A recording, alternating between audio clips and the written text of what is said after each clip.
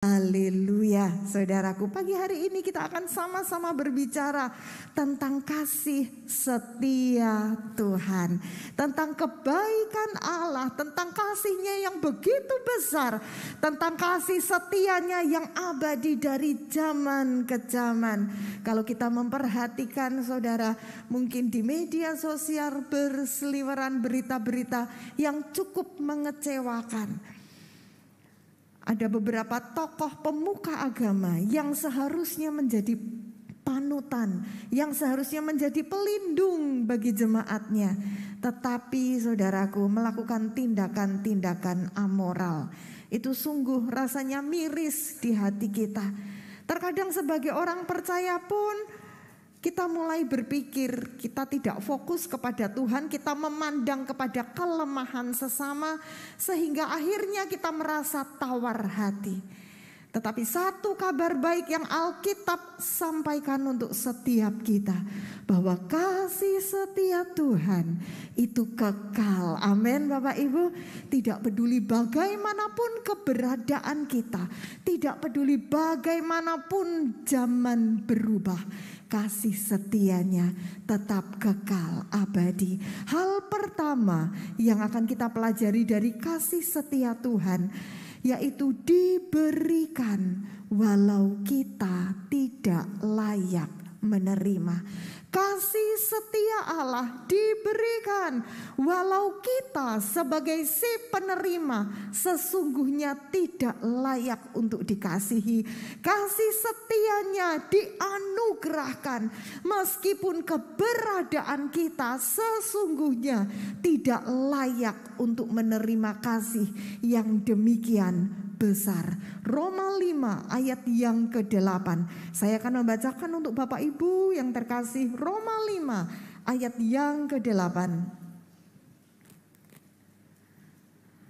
Akan tetapi Allah menunjukkan kasih-Nya kepada kita oleh karena Kristus telah mati untuk kita ketika kita masih berdosa. Ketika kita masih berdosa, ketika kita masih membenci Allah, pada saat itu Kristus sudah terlebih dahulu mengasihi kita. Dan Dia bukan hanya sekedar mempromosikan sesuatu dengan berkata aku mengasihi engkau, aku punya kasih, tidak. Tetapi Dia menunjukkan lewat tindakan-tindakannya. Bagaimana Dia mati di kayu salib. Dia menyelamatkan setiap kita yang pada waktu itu masih dalam keadaan berdosa. Kita bahkan belum mengenal Kristus secara pribadi. Tetapi pengampunan itu sudah disediakan untuk Bapak, Ibu, dan saya.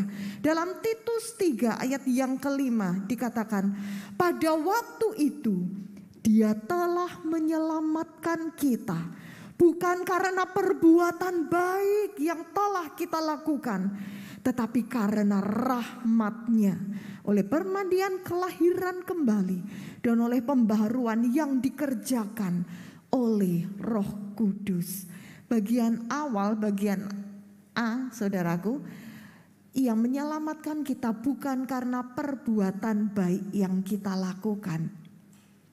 Dalam Alkitab terjemahan firman Allah yang hidup, kalimat itu berbunyi seperti ini, Bapak Ibu.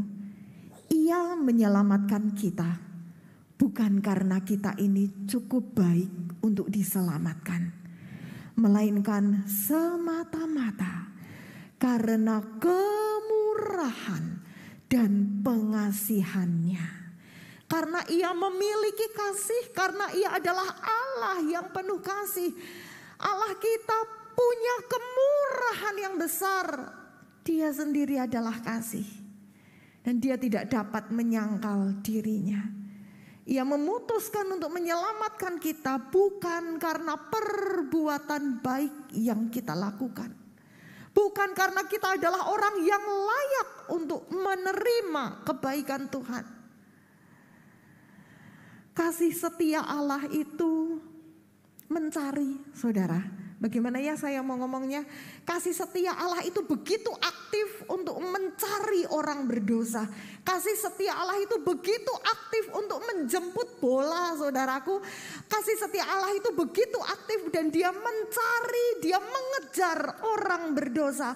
Supaya orang berdosa itu menikmati kemuliaan Allah dan tinggal dalam keselamatannya. Salah satu adegan, salah satu salah satu peristiwa yang jelas nyata adalah peristiwa Taman Eden. Dalam Kejadian 3 ayat 9, saudaraku.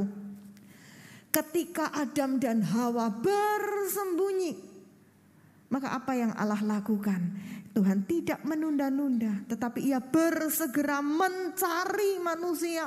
Sementara manusia bergegas-gegas sembunyi menjauh dari Allah. Ketika mereka tahu mereka telanjang, Adam dan Hawa menyembunyikan diri. Dan apa yang Tuhan katakan? Adam, di manakah engkau?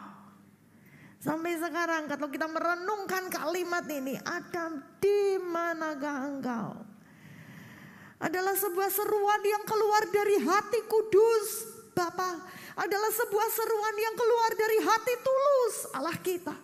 Dia rindu menjalin hubungan dengan manusia. Sekalipun manusia berdosa, bisanya hanya menjauh dari Allah. Dalam Kejadian 6 dikatakan kecenderungan manusia. Hatinya itu membuahkan kejahatan semata-mata. Baik dalam kitab Pengkhotbah maupun dalam kitab Roma 3 juga dikatakan manusia itu gak ada yang benar. Semua telah kehilangan kemuliaan Allah. Bisanya manusia, kecenderungan perbuatan manusia adalah melukai hati Tuhan. Tetapi ketika manusia bergegas menjauh dari Allah, apa yang ia perbuat? Ia datang mencari, Adam, di manakah engkau? Allah itu sangat merindukan sebuah persekutuan yang hangat dengan kita. Dan Tuhan sudah mempersiapkan diri. Tuhan sudah betul-betul memberikan hidupnya, waktunya, semua yang ia punya. Supaya kita bisa datang dan bersekutu dengannya. Supaya kita bisa menikmati hubungan yang luar biasa. Hubungan yang didasarkan atas kasih tanpa syarat. Hubungan yang didasarkan atas kasih Allah. Dan kasih Tuhan bukanlah kasih yang membangkit-bangkit. Kasih Tuhan adalah kasih yang mengampuni. Tidak peduli betapa buruknya kita. Dalam Mazmur 103, saudaraku, ayat yang ke-8 dan berikutnya saya akan bacakan untuk Bapak Ibu. Mazmur 103 ayat 8 mulai. Tuhan adalah penyayang dan pengasih, panjang sabar dan berlimpah kasih setia. Tidak selalu ia menuntut dan tidak untuk selama-lamanya ia mendendam. Tidak dilakukannya kepada kita setimpal dengan dosa kita. Dan tidak dibalasnya kepada kita setimpal dengan kesalahan kita. Tetapi setinggi langit di atas bumi, demikianlah besarnya kasih setia Tuhan atas orang-orang yang takut akan Dia. Sejauh timur dari barat, demikian dijauhkannya daripada kita pelanggaran kita. Seperti Bapa sayang kepada anak-anaknya, demikian Tuhan sayang kepada orang-orang yang takut akan Dia. Sebab Dia sendiri tahu apa kita. Dia ingat bahwa kita ini debu. Hal yang luar biasa ketika Allah yang maha kudus, Allah yang maha mulia, Allah yang maha kuasa, Allah yang maha besar, Dia berkenan untuk menjemput setiap kita. Dia berkenan untuk mencari kita. Hal yang diakui kebenaran oleh dunia, hal yang diakui agama oleh dunia, didefinisikan sebagai perbuatan manusia untuk mencari Allah. Tetapi Alkitab mengajarkan satu kebenaran yang sesungguhnya. Bukan kita yang mencari Tuhan, tetapi Tuhan yang mencari kita. Bukan kita yang memilih Tuhan, Dalam Yohanes 15 Yesus berkata, bukan kamu yang memilih aku, tetapi aku yang memilih kamu. Kita manusia berdosa, kita tidak punya kecenderungan untuk berbuat baik. Seperti yang Rasul Paulus katakan. Paulus sebetulnya punya niat untuk berbuat baik. Tetapi apa yang ia perbuat adalah justru hal-hal yang tidak memuliakan Allah. Tetapi syukur kepada Tuhan dalam Kristus Yesus Tuhan kita. Sebab Allah berkenan menjadi manusia dalam Kristus Yesus. Dan dengan keberadaannya sebagai manusia, ia telah mati bahkan sampai taat, mati di kayu salib. Untuk siapa ia kerjakan semua itu? Untuk kemuliaannya kah? Tidak. Untuk kebesaran namanya kah? Tidak. Tetapi untuk Bapak, Ibu dan saya. Sebab dia tidak bisa membiarkan biji matanya jatuh dalam dosa lebih lagi. Dia datang dan dia memberikan pengampunan. Barang siapa percaya kepadanya, kata firman Tuhan, akan mendapatkan hidup yang kekal. Amin Bapak Ibu. Mari nikmati kasih setia Tuhan. Sebab kasih setia Allah ini bukan hanya tertulis di dalam Alkitab untuk dibaca. Tetapi seperti tadi kita sudah sama-sama katakan, aku merdeka. Saya merdeka dan saya menikmati yang terbaik sekarang. Yaitu kasih setia Allah. Pengampunan yang ia kerjakan dalam hidup setiap kita. Mari kita mau responi, mari kita mau tanggapi betapa luar biasanya kasih setia Allah ini. Dengan hidup semakin mengasihi Tuhan, dengan hidup semakin menuruti firman Tuhan. Seperti ketika Adam dan Hawa berusaha mengenakan kebenarannya sendiri, berusaha menutupi aib, menutupi celahnya dengan membuat cawat dari daun ara. Ketika manusia berusaha untuk menutup di sana sini kekurangannya, Tuhan turun tangan. Dan hanya Tuhan yang bisa menutup segala kelemahan kita. Hanya Tuhan yang bisa membereskan semuanya ketika Dia memberikan pakaian dari kulit pinat.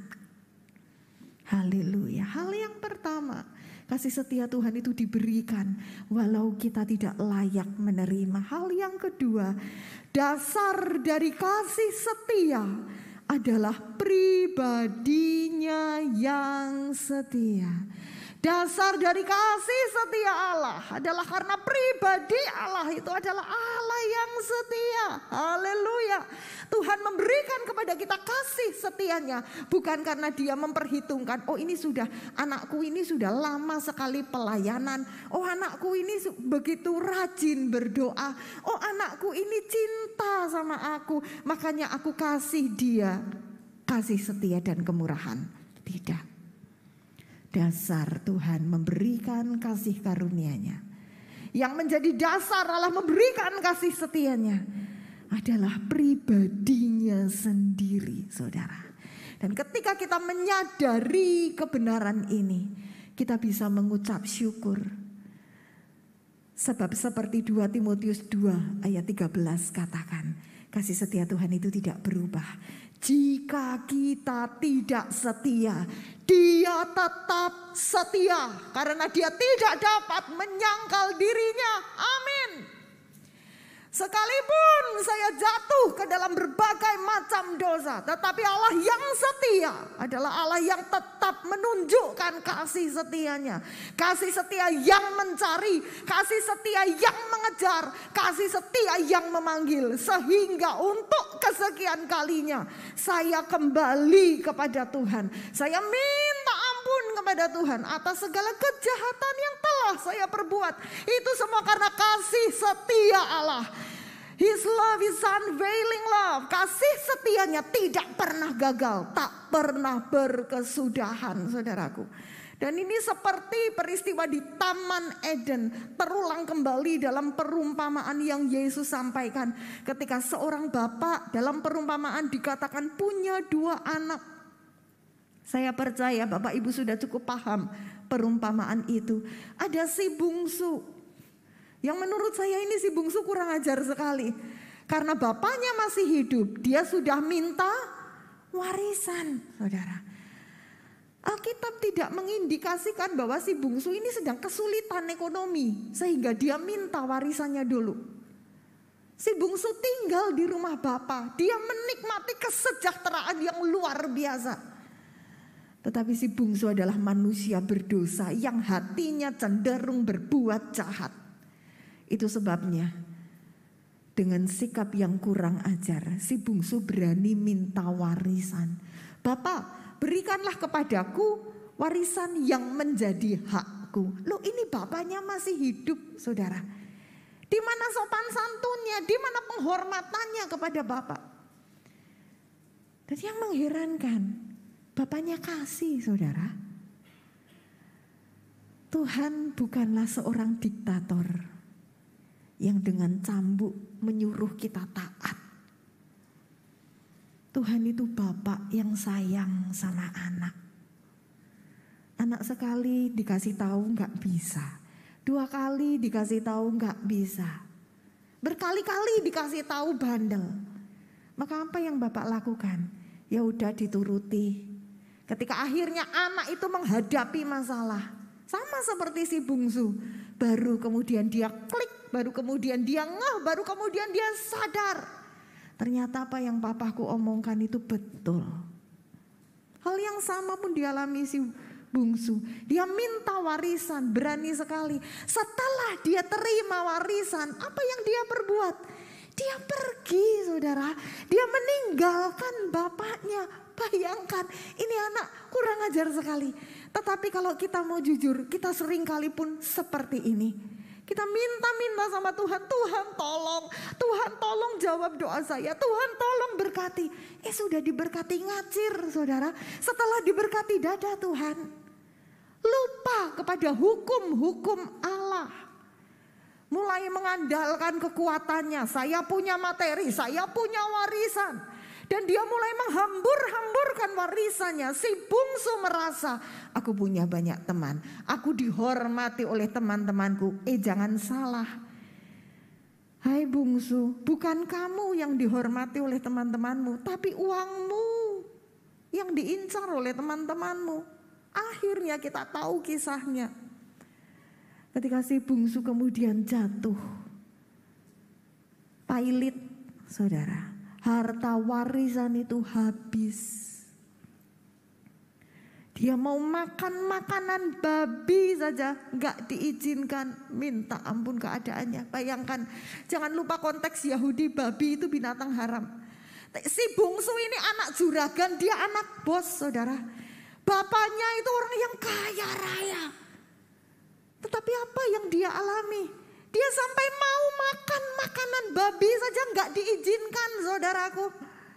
Akhirnya kondisi yang benar-benar mengenaskan ini membawa si bungsu pada satu pemikiran. Dia ingat rumah bapaknya. Di rumah bapakku, si bungsu katakan, pegawai-pegawaiku, pegawai-pegawai bapakku makan dengan tidak berkekurangan. Tapi aku yang anaknya di sini justru mau makan makanan hewan. Gak bisa. Bayangkan, ini yang dosa kerjakan dalam hidup setiap kita. Memisahkan kita dari kasih Bapa. Untuk seketika lamanya kita dibuai, kita dibuat merasa, oh saya mampu tanpa Bapa. Kita berfoya-foya melazatkan hawa nafsu. Sampai di satu titik, dosa menunjukkan siapa dia sebenarnya. Dosa membuat kita begitu pahit mengalami hidup. Dan pada saat itu kita ingat akan kasih Bapa. Pada saat itu kita ingat, aku dulu menjauh dari Tuhan.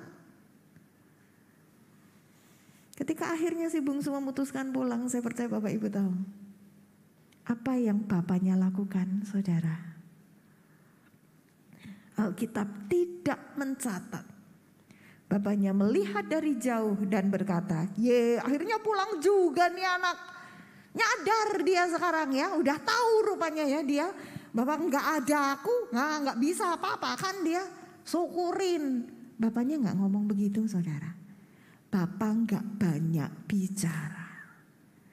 Tetapi Alkitab tuliskan, ketika Bapak melihat si bungsu itu dari jauh, hatinya itu muncul belas kasihan. Dan Bapak berlari mendapatkan si bungsu. Wow. Coba kalau kita jadi pegawai-pegawainya Bapak nih saudara. Kita jadi pegawainya dari bos. Dari jauh kita juga ngelihat tuh. Anak yang kurang ajar tuh datang. Tuh dia tuh. Anak yang kurang ajar itu pulang. Ya ampun keadaannya kayak begitu. Dan di satu titik kemudian kita menyadari. Ketika Bapak ini kemudian tergopoh-gopoh. Berlari mendapatkan si bungsu. Saudara, itu kalau kita jadi pegawainya yang melihat adegan tersebut. Kira-kira apa yang ada dalam pikiran kita? Kita akan berkata, Bapak jangan seperti itu. Ini orang gak layak dikasihi. Ini orang gak layak diampuni. Bapak jangan seperti itu. Ya ampun bos, juragan, jangan seperti itu. Tetapi Bapak gak ambil pusing saudara. Sebab kasih setianya itu didasarkan pada pribadinya yang setia. Kasih setianya tidak didasarkan apakah kita dalam keadaan baik atau buruk. Tetapi kasih setianya itu didasarkan karena memang dia adalah Allah yang setia. Dia berlari mendapatkan si bungsu. Si bungsunya saudaraku, untung ini anak paham. Dia sudah tahu dia begitu mengecewakan hati ayahnya. Dia berkata, Bapak aku sudah tidak layak. Aku berdosa terhadap Bapak dan terhadap surga. Jangan lagi jadikan aku anak Bapak. Jadikan aku salah seorang pelayanmu. Bapak dengan tidak memusingkan, tidak menggubris apa yang si bungsu katakan. Justru Bapak berkata kepada pelayannya, ambilkan jubah yang bagus. Ambilkan cincin, ambilkan kasut, sepatu. Ya ampun anakku, dia sampai berjalan tanpa kasut. Ambilkan, ayo sembelih lembu tambun, kita berpesta. Kita di dunia, kita pesta kalau keadaan kita baik. Betul Bapak Ibu? Kita pesta kalau apa? Syukuran. Kalau apa? Promosi, naik jabatan. Wah anaknya ulang tahun pernikahan. Pesta, mengucap syukur. Tetapi surga berpesta ketika ada satu orang yang berdosa bertobat. Ini sebuah pesta yang sama sekali tidak duniawi. Ini sebuah pesta yang sama sekali jauh dari apa yang dunia sodorkan. Ini pesta dengan hati Bapa di dalamnya. Pesta dengan sukacita ilahi ketika ada satu orang berdosa bertobat, saudaraku. Yesaya 54 ayat yang ke-10. Yesaya 54 ayat yang ke-10. Mari kita mau baca ayat ini bersama-sama Bapak Ibu yang terkasih. Yesaya 54 ayat ke-10. 2, 3 mulai. Sebab biarpun gunung-gunung beranjak dan bukit-bukit bergoyang, tetapi kasih setiaku tidak akan beranjak daripadamu, dan perjanjian damaiku tidak akan bergoyang. Firman Tuhan yang mengasihani engkau. Amin Bapak Ibu. Haleluya. Sekalipun gunung beranjak, saya tidak bisa membayangkan gunung itu beranjak seperti apa. Bukit bergoyang, sekalipun gempa. Beberapa waktu yang lalu kita merasakan gempa yang mengerikan, bukan? Goyang sekali di mana-mana. Tetapi firman Tuhan katakan kasih setiaku tidak akan goyang. Kasih setiaku tidak akan beranjak daripadamu.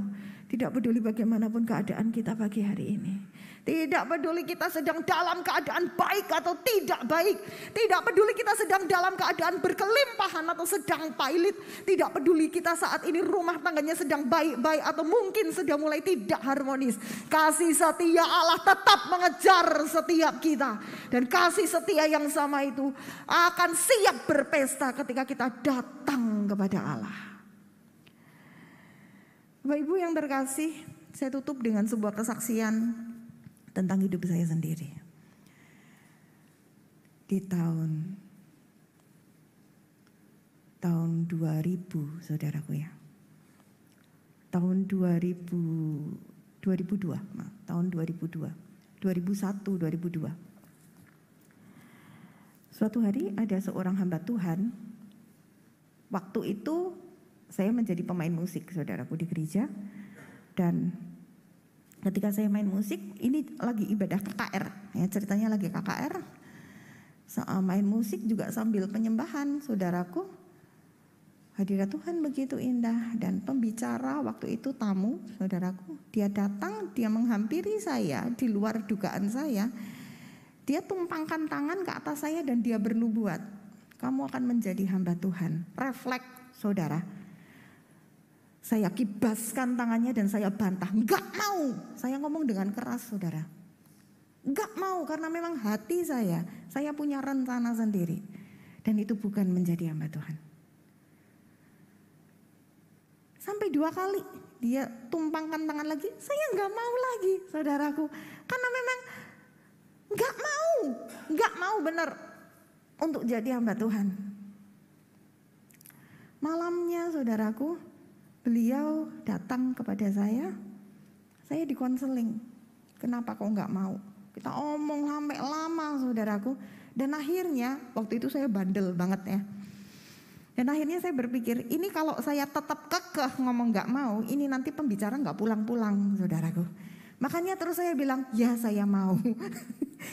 Jadi malam hari itu, coba bayangkan, saudaraku, kurang ajar ya.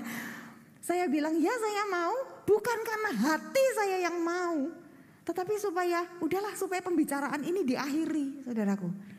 Singkat cerita, tamu ini kembali mendoakan saya, menumpangkan saya, dan dia katakan, Tuhan engkau teguhkan begini begitu, saudaraku ya. Dan akhirnya selesai. Sementara beliau pulang, saya masih tetap bulat hati. Enggak, aku enggak mau jadi hamba Tuhan. Tahun berganti, saudara. Saya kalau melayani ya tetap melayani, tetapi untuk menjadi hamba Tuhan tidak. Dan akhirnya seperti ini anak bungsu itu, saya kurang ajar kepada Tuhan. Terus berlarut-larut dalam kesalahan, berlarut-larut dalam kedegilan hati, dan akhirnya persis seperti si bungsu, saya pun terpuruk, saudaraku.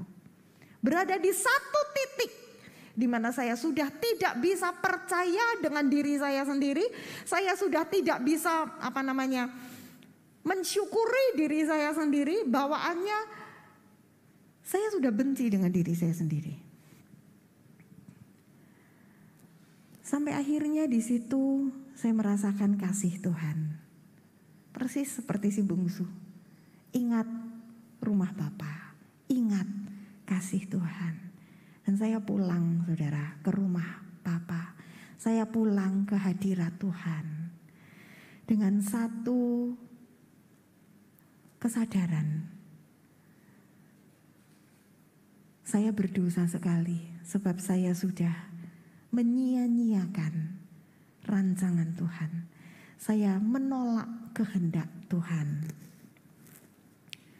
Tahun berlanjut, saudaraku, saya sudah lupa tentang panggilan Allah dalam hidup saya.